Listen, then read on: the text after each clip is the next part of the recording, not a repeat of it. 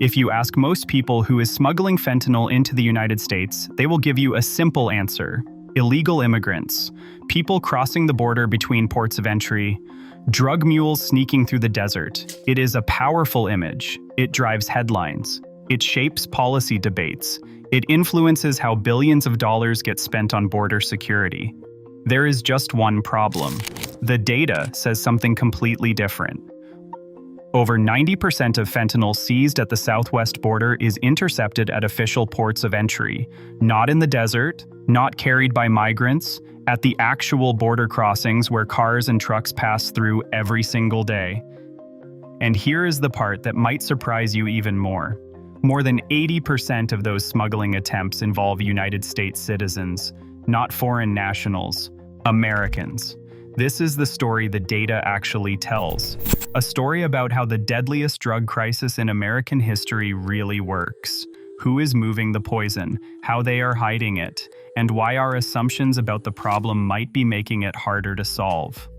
Before we get into the how and the who, we need to understand the scale of what we are dealing with.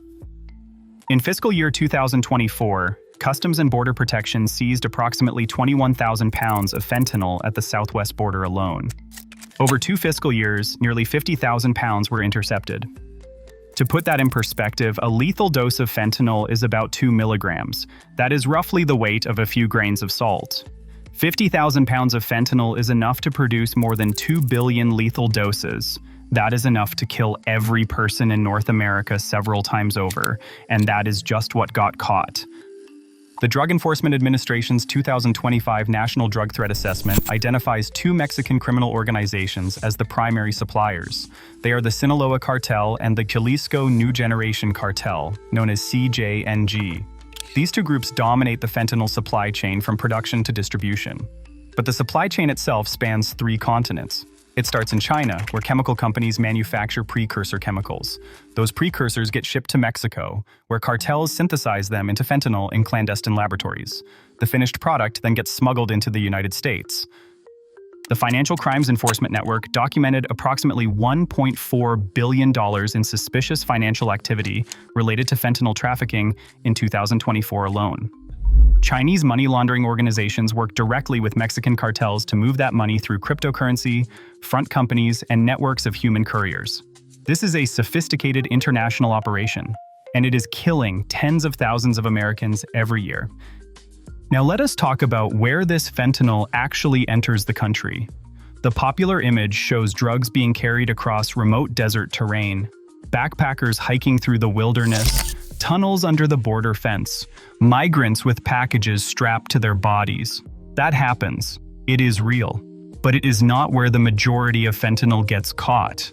According to Customs and Border Protection Enforcement statistics, 92% of fentanyl seizures at the southwest border occur at official ports of entry. Let that number sink in. 92%. These are the legal border crossings: San Ysidro in California, Nogales in Arizona, Laredo and El Paso in Texas, the places where millions of cars and trucks pass through every single day. Why would smugglers choose to drive through checkpoints with armed officers and detection equipment? Because the math works in their favor. On any given day, approximately 70,000 passenger vehicles cross the southwest border at ports of entry. That is over 25 million crossings per year. According to a June 2025 report from the Government Accountability Office, fewer than 5% of those vehicles get scanned by non-intrusive inspection technology. Fewer than 5%. If you are a smuggler with drugs hidden in your car, you have a 95% chance of driving right through without anyone looking inside your vehicle. Compare that to hiking through the desert. You face extreme heat, dehydration, the risk of getting lost, border patrol agents with helicopters and ground sensors. And even if you make it across, you still have to get the drugs to their destination without getting caught. Driving through a port of entry in a normal-looking car is simply easier. This brings us to the most counterintuitive finding in the data. According to analysis from the American Immigration Council, 81.2% of fentanyl seizures at southwest border ports of entry between fiscal year 2019 and June 2024 involved United States citizens, not undocumented immigrants, not visa holders, American citizens. Why? Because United States citizens face less scrutiny when entering the country. A citizen with valid identification, driving a car with American plates, attracts far less attention than a foreign national. The system is designed to process citizens quickly and efficiently. Cartel recruiters understand this perfectly. Criminal networks operate sophisticated recruitment schemes targeting vulnerable Americans who need money. Recruiters promise easy cash, anywhere from $1,000 to $10,000 for a single trip across the border. They find people with financial problems, people with addiction issues, people who can be pressured or manipulated. The recruit drives into Mexico, picks up a vehicle with drugs already hidden inside, and drives back across the border. They might not even know exactly where the drugs are concealed in the car. That way, if they get nervous during questioning, they cannot give anything away. If they get caught, the cartel loses a load, but not a member. The recruit goes to prison. The organization continues operating. It is a brutal but effective system. The concealment methods used by drug trafficking organizations have become extraordinarily sophisticated. Hidden compartments, known in the trade as traps, hides, or clavos, are the most common vehicle smuggling technique. These compartments can be built into virtually any part of a car, including seats, gas tanks, trunks, spare tires, dashboards, door panels, and the space between the outer shell and the interior frame. A 2024 investigation by the New York Times documented how Sinaloa cartel operatives prepare vehicles for smuggling runs. First, they spray fentanyl packages with chlorine compounds to mask the scent from detection dogs. Then they wrap the drugs in carbon paper and aluminum foil to make them harder to see on X-ray machines. Mechanics weld steel tubes into the spaces between a car's body panels and interior frame. When an officer taps on the panel, it sounds completely normal. There is no hollow echo to indicate a hidden space. The most advanced compartments are electronically activated. They require a specific sequence of actions to open, for example, pressing the brake pedal 3 times while turning on the air conditioning and the radio at the same time. Without knowing the exact sequence, even a trained investigator might never find the compartment, and the creativity does not stop with vehicles. The DEA has documented drugs hidden inside fake carrots. Over 1 ton of marijuana was seized in 2016 concealed in a shipment of artificial carrots. In 2020, $61 million worth of drugs were found hidden inside limes and cactus paddles. In 2023, 14,000 fentanyl pills were discovered inside crutches.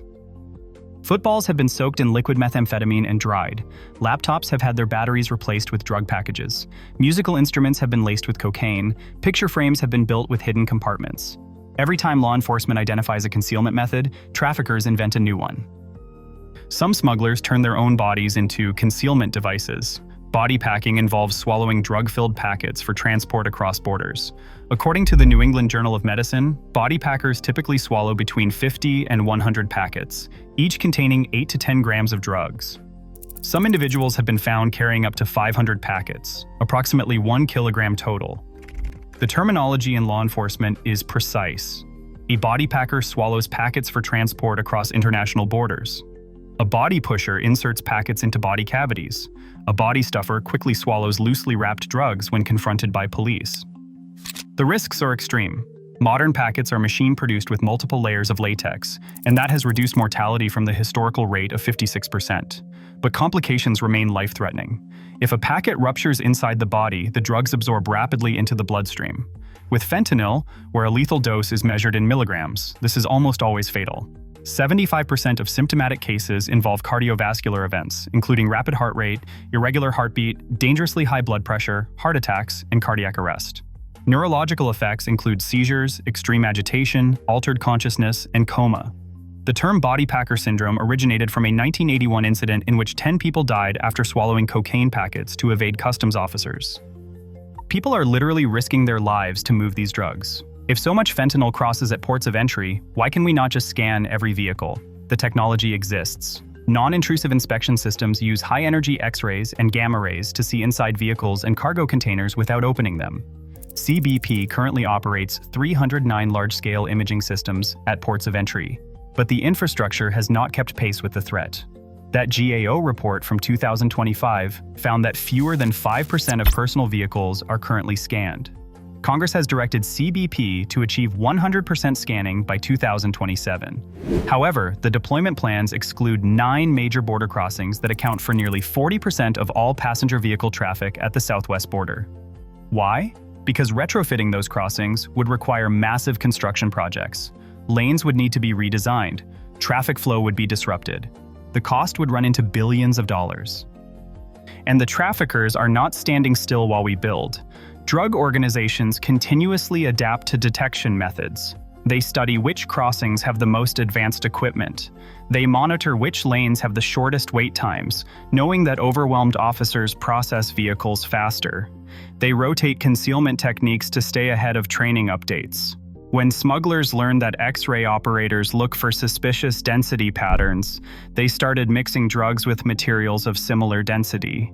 When they learned that drug dogs could detect certain scents, they started using chemical masking agents. It is an arms race with no end in sight. Here is something that puzzles researchers.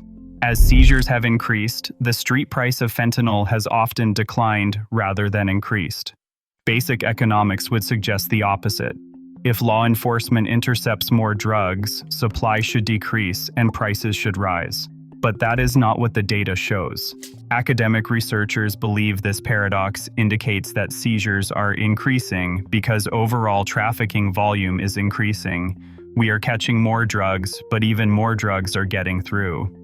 A study published in the Proceedings of the National Academy of Sciences in 2019 developed what they called the narcologic model. It simulated how cocaine trafficking networks respond to interdiction pressure. The findings were sobering. The model showed that the Western Hemisphere drug transit zone expanded from 2 million to 7 million square miles between 1996 and 2017. Traffickers did not give up when routes were disrupted. They simply found new ones. The researchers concluded, I am quoting, "This work demonstrates that supply-side counter-drug strategies alone are, at best, ineffective and, at worst, intensifying the trafficking problem. Successful interdiction in one area displaces trafficking to another area. Close one route, another opens. Arrest one network, another takes its place."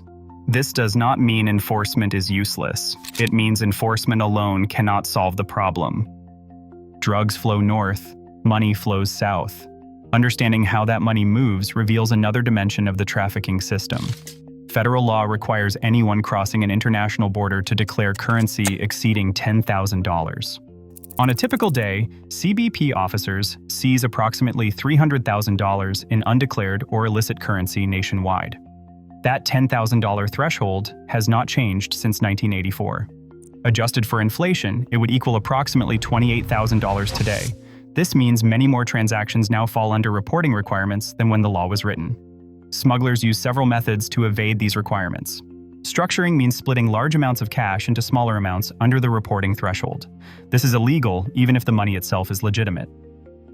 Bulk cash smuggling means concealing currency during transport with intent to evade reporting. Money is often hidden in the same kinds of vehicle compartments used for drugs. But the most sophisticated money laundering happens through financial networks. The Treasury Department's 2024 National Money Laundering Risk Assessment documented Mexican cartels working with Chinese money laundering organizations. These networks use trade-based money laundering through front companies, cryptocurrency transactions, and informal value transfer systems to move billions of dollars without leaving obvious trails. Some networks have even started using wildlife products as payment to avoid the banking system entirely. The money is the lifeblood of the operation. Without the ability to repatriate profits, the entire system collapses. Behind all these statistics are real people. In the 12 months ending October 2024, 52,385 Americans died from synthetic opioid overdoses. That is roughly the population of a small city, gone in 1 year. The number is actually down 33% from the previous year, suggesting that some combination of enforcement, treatment, and harm reduction is having an effect. But it remains catastrophic by any historical standard. The victims include more than overdose deaths. The body packers risk their lives for a few $1,000s. Trafficking victims are coerced into serving as drug mules by criminal organizations. Communities in Mexico are torn apart by cartel violence. Families are destroyed by addiction and by incarceration on both sides of the border. The recruiters who target vulnerable Americans know exactly what they are doing. They find people who are desperate. They offer what seems like easy money. They turn those people into disposable tools of a machine that generates billions in profits and leaves a trail of bodies in its wake. So what does all this data actually mean for policy? First, it means that focusing exclusively on illegal border crossings misses the primary entry point for fentanyl. 92% comes through legal ports of entry. If we want to intercept more drugs, that is where the technology and personnel need to be concentrated. Second, it means the profile of a typical fentanyl smuggler is not what many people assume. The majority are US citizens, recruited specifically because they face less scrutiny. Enforcement strategies need to account for this reality. Third, it means that supply-side interdiction alone, no matter how successful, cannot solve the problem. Academic research consistently shows that trafficking networks adapt to enforcement pressure. Disrupting one route opens another. Fourth, it means that the financial networks enabling drug trafficking represent a critical vulnerability. Following the money may be more effective than following the drugs. And fifth, it means that demand reduction through treatment, education, and harm reduction has to be part of any comprehensive strategy. As long as Americans are willing to pay for fentanyl, someone will find a way to supply it. None of this makes enforcement useless. Seizing 50,000 pounds of fentanyl over 2 years absolutely prevented overdose deaths. Arresting traffickers absolutely disrupts criminal networks. But the data tells us that enforcement alone is not enough. It tells us that many of our assumptions about who is smuggling drugs and how they are doing it do not match reality. The fentanyl crisis is the deadliest drug epidemic in American history. It is fed by a supply chain that spans 3 continents. Chinese chemicals transformed into poison in Mexican labs, smuggled across the border by American citizens driving through legal checkpoints, hidden in compartments so sophisticated that even trained officers cannot find them. The data does not lie. 92% of fentanyl seizures happen at ports of entry. 81% of smugglers caught are US citizens. Fewer than 5% of vehicles get scanned. These are not opinions. These are the numbers from the agencies responsible for securing the border. If we want to solve this crisis, we have to start by understanding it accurately. That means setting aside assumptions. That means following the evidence. That means recognizing that the enemy is adaptive, sophisticated, and ruthless. The cartels are not going to stop. They are making too much money. The question is whether we can adapt faster than they can. The data tells us where to look. What we do with that information is up to us. Like and subscribe.